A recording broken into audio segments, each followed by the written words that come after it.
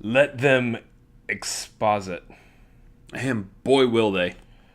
What's going on, guys? We're the Cinefanatics. My name is Chris Adams. And I'm Robert Adams. And we just got back after what felt like a millennium watching Godzilla, King of the Monsters.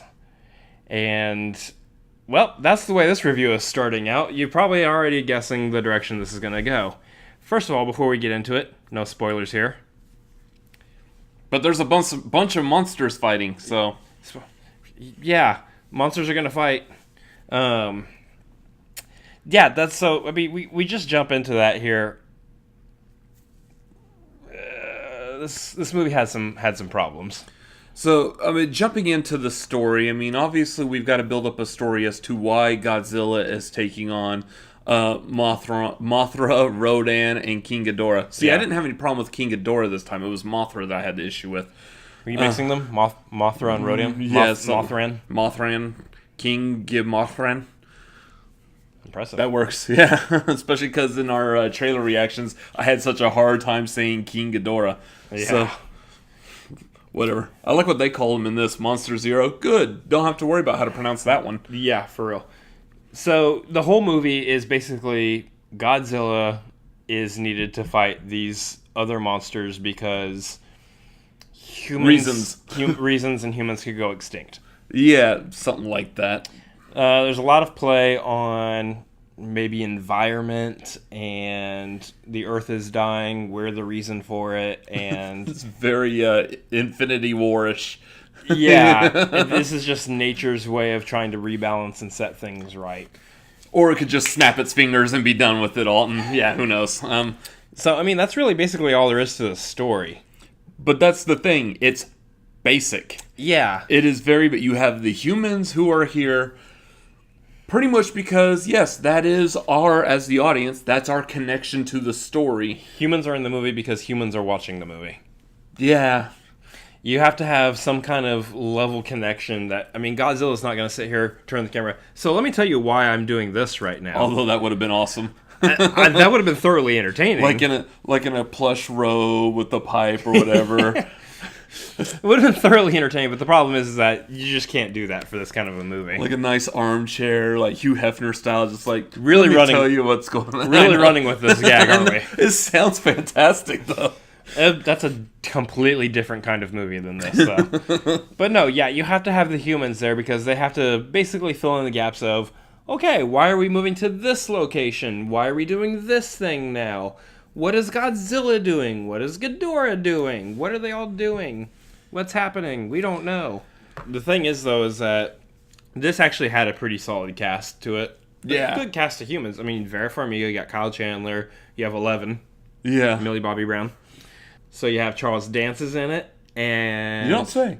yeah, and then Kent Watanabe is coming back for from the first Godzilla I movie. mean, they even had, was it Zhang Zi was in this from Crouching Tiger, Hidden Dragon, and Joe Morton, which that was... He had a small role in this, but I always appreciate seeing him in this. We could actually keep rolling on. I Thomas know. Middleditch. Thomas Middleditch. I mean, there was a lot of people in there. Oh, apparently Godzilla, King Ghidorah, Rodan, and Mothra were all playing themselves, too, according to the credits, so... Whoops, spoilers. That's not really a spoiler. I mean... Watch the end of the cast list in the credits. You can look that up on IMDb. Yeah, probably.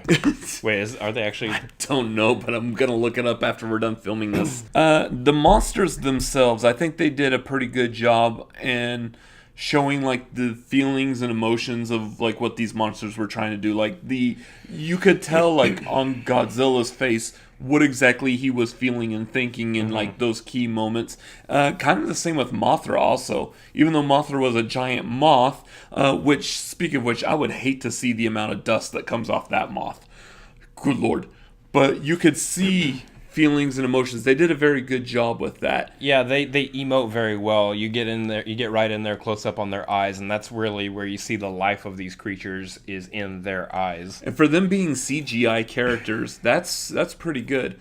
I also like the fighting that was involved with these characters in that a lot of this movie takes place at night during a rainstorm. There's nothing in this movie that takes place Bright involving sunshine. the monsters during the day. Yeah. Everything is dark and dreary. Which, admittedly, you know has to happen because that's usually how they do CGI effects, big special effects.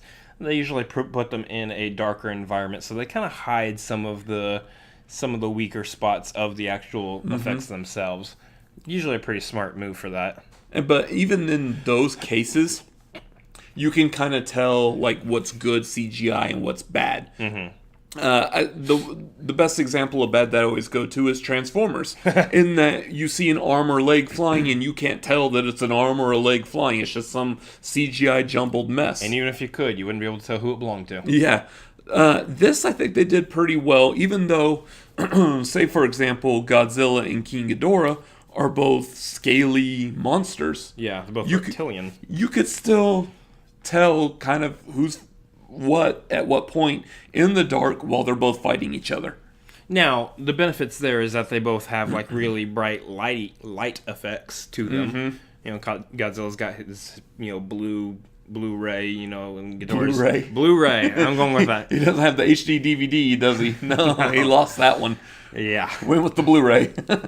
And then Ghidorah has his yellow ray. Is that a thing? You want to call that out? Cool. So they're firing back and forth, and there's that. But I mean, outside of that, the CGI effects were a little bit weak in places for me, especially a little bit on Ghidorah. Sometimes when they get up onto Ghidorah's faces, plural. Some of the CGI effects did look a little weak there, but I mean, I kind of have to expect that a little bit with these big budget, big CGI movies, because there's a lot of CGI needed to produce Godzilla. Go figure. The CGI, the monsters fighting, all that stuff. That is if that's what you're coming to this movie for, and let's be honest, that's what you're coming to this movie for. You're not coming here for Shakespeare. I mean, yeah. You're gonna get your money's worth out of that by itself. The fighting, everything is great. The story of the movie and the time we spend with the human characters, though necessary, again, because exposition is required for a human audience, it just drags on for too long. I think, honestly, they could have shaved about 20, 30 minutes on this movie, it feels like.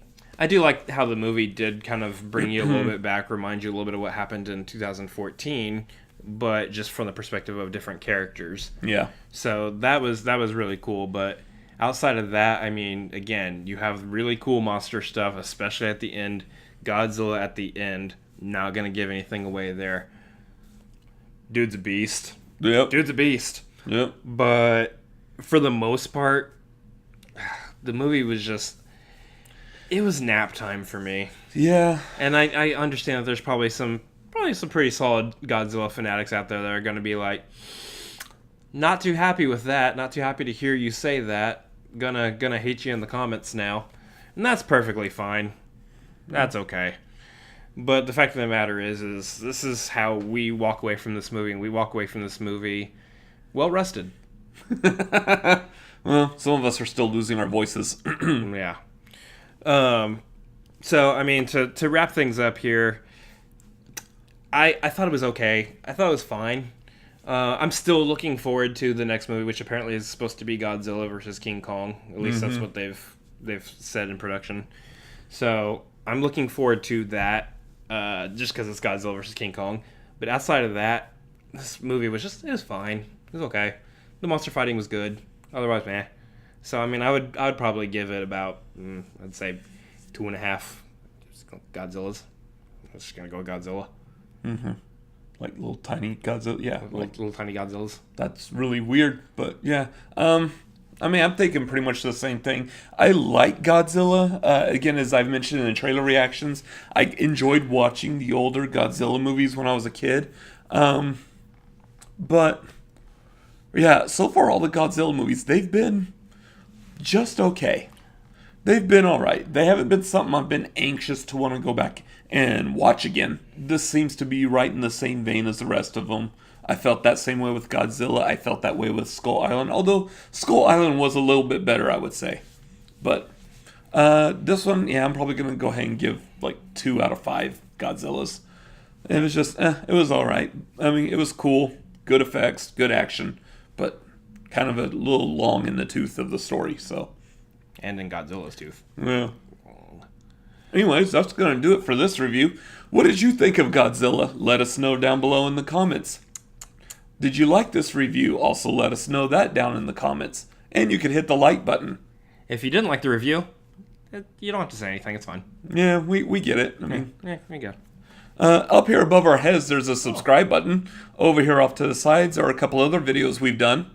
Yeah. And as always, Long, long live the king. very long. Later. So yeah. I mean, long. Like super long. Way long.